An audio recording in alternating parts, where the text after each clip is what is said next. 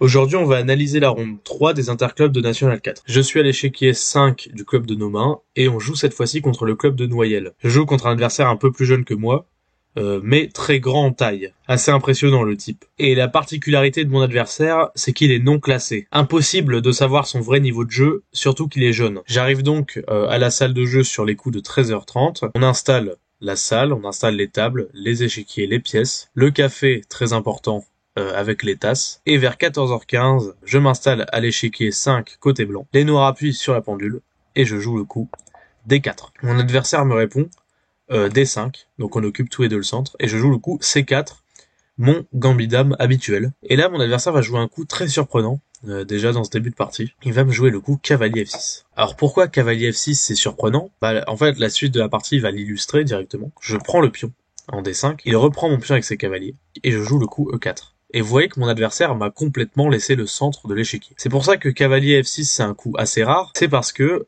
on accepte de laisser le centre à l'adversaire. Mon adversaire joue cavalier B6, il recule son cavalier. Je joue cavalier F3. Donc cavalier F3, un coup de développement très logique. On préfère sortir les cavaliers avant les fous. J'empêche les coups E5 qui peuvent être un peu chiants. Je défends, je surprotège mon pion en D4. Et ici, je pense que mon adversaire va jouer fou G4. Fou G4, ça a l'air très logique. Il menace en fait de prendre mon cavalier parce que imaginons je joue un coup random comme A3. Il peut prendre mon cavalier. Je reprends la dame et il peut récupérer mon pion. Donc j'aurais été forcé de reprendre du pion et ce serait un peu chiant pour moi. Donc fou G4, c'est vraiment le coup le plus logique. Mais ici, il joue pas fou G4 et il joue le coup G6. Alors G6, ça se joue, hein, c'est tout à fait jouable.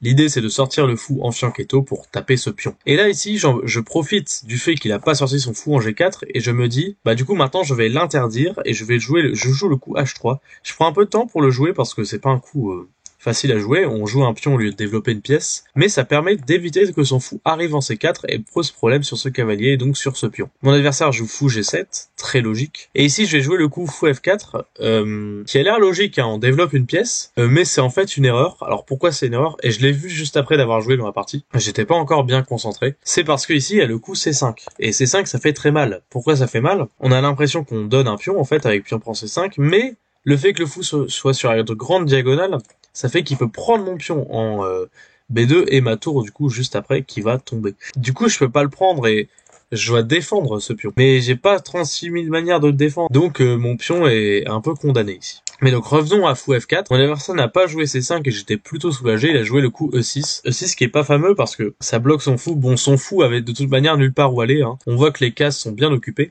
Et en fait, le fait que j'ai le centre, que j'ai tout le centre, on voit que ces pièces ont du mal à sortir. Donc bah il doit chercher des coups et si il trouve pas C5, bah il doit trouver un autre coup et forcément c'est pas très bon. Du coup moi j'ai de l'espace au centre hein, et donc j'en profite, je joue cavalier C3, j'ai de l'espace pour sortir mes pièces, je les sors et mon adversaire qui joue C6. C6 qui est encore une fois une petite imprécision. Il sort aucune pièce, il est en train de faire des coups de pion un peu bizarres. Bon là son idée c'est de bloquer mon cavalier et d'avancer parce que je menaçais peut-être des cavaliers B5 pour aller menacer la fourchette là-bas. En même temps il aurait pu faire petit roc aussi. C'est le meilleur coup, c'est petit roc. Il aurait dû jouer ça. Donc ensuite, moi je joue tour C1, très logique. Je mets ma tour sur la colonne C, qui est semi-ouverte pour moi.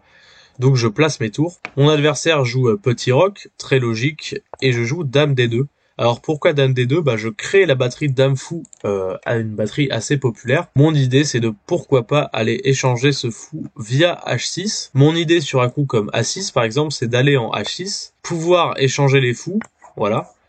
Et ensuite, pourquoi pas mettre ma structure sur case noire au centre et tranquillement mener une attaque en ayant enlevé son fianchetto qui était sa meilleure pièce. Donc je joue dame D2 et là mon adversaire va me surprendre et va jouer le coup F6. F6 c'est pas mal joué, ça m'a beaucoup surpris parce que c'est pas un coup qu'on voit souvent F6. Son idée c'est de contre-attaquer au centre avec le coup E5 et donc ça m'a pas mal surpris. Et ici j'ai beaucoup réfléchi à comment continuer parce que c'est vrai que E5 est une idée assez embêtante. Mais bon, E5 il peut pas encore le jouer. Hein. Imaginons je joue un coup comme A3, si je joue E5, prise, bah je gagne simplement un pion. Du coup, en sachant que E5 ne pouvait pas encore être joué, je me suis dit que j'étais pas obligé de défendre contre la menace dès maintenant, et je pouvais essayer de trouver un autre plan. Et donc le plan que j'ai choisi, c'est d'essayer d'aller attaquer sur l'aile roi. Le pion F7, en fait, il défendait le pion G6, et du coup, je me suis dit que j'allais essayer d'aller affaiblir le pion G6 en utilisant mon pion H. Du coup, c'est ce que je fais, je joue H4, et j'essaie d'envoyer mon pion vers son roi. Mon adversaire veut jouer E5, c'est son plan. Du coup, il développe son dernier cavalier pour essayer de jouer E5. Et là, j'avais prévu quelque chose d'assez fourbe. J'avais prévu de placer mon fou en D6, donc c'est ce que je fais. Sa tour bouge en E8, très logique. Et là, je joue moi-même E5.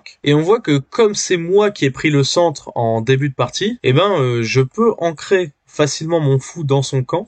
Et mon fou est très fort ici. En fait, j'ai réussi à mettre une très forte structure au centre sur case noire qui prend beaucoup d'espace, mais mon fou n'est même pas passif parce que j'ai réussi à le faire passer devant ma structure de pion. Certes, ce fou est mauvais, mais il est quand même actif, et c'est ça qui est bien. Bon, ici, j'ai clairement un gros avantage. Mon adversaire va prendre en E5, je vais reprendre, mon fou est toujours bien fixé sur la case D6, et là, mon adversaire va faire une grosse erreur. C'est dommage, il a joué cavalier prend, donc je pense qu'il a calculé quelque chose comme fou prend, dame prend dame, cavalier prend dame, et fou prend fou.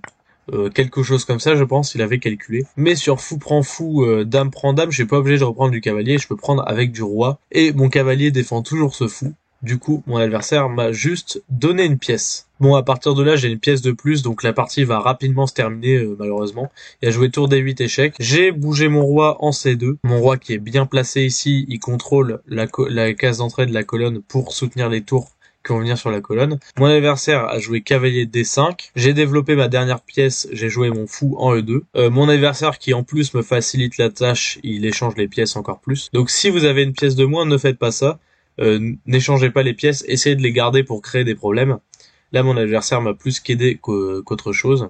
Donc c'est un peu dommage. Mon adversaire joue ensuite tour D5, il attaque mon cavalier. Évidemment, j'ai pas envie de bouger mon cavalier de là, parce que mon cavalier, il est très fort. Outre le fait qu'il soit sur une super case, une case forte, et en fait, il bloque le pion E, il empêche d'avancer, et par conséquent, au fou de s'activer. Son fou ne peut pas du tout s'activer. Du coup, j'ai envie de laisser mon cavalier là, du coup, je vais simplement le défendre avec le coup F4. Mon adversaire joue C5, je joue ma tour sur la colonne pour pouvoir essayer de contester la colonne et d'échanger des paires de tours. Il joue B6, donc il veut développer son fou sur la grande diagonale, mais je lui prends la grande diagonale et je joue fou F3 d'abord, en faisant une enfilade sur les deux tours. Mon adversaire n'a pas le choix, il doit faire tour prend E1, tour prend E1. Sa tour est maintenant attaquée, donc il la joue en B8. Et là, je trouve une séquence assez intéressante. Je joue cavalier C6, j'attaque sa tour. Il met sa tour en B7.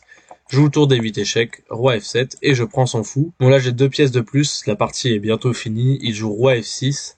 Je joue cavalier E5, j'attaque sa tour. Il la met en E7. Je joue tour G8 pour essayer d'empêcher son roi de sortir. Et là, mon adversaire va me laisser le mat en jouant roi F5. Je peux jouer tour F8 échec, tour F7. Et je peux tout simplement prendre sa tour pour faire échec et mat.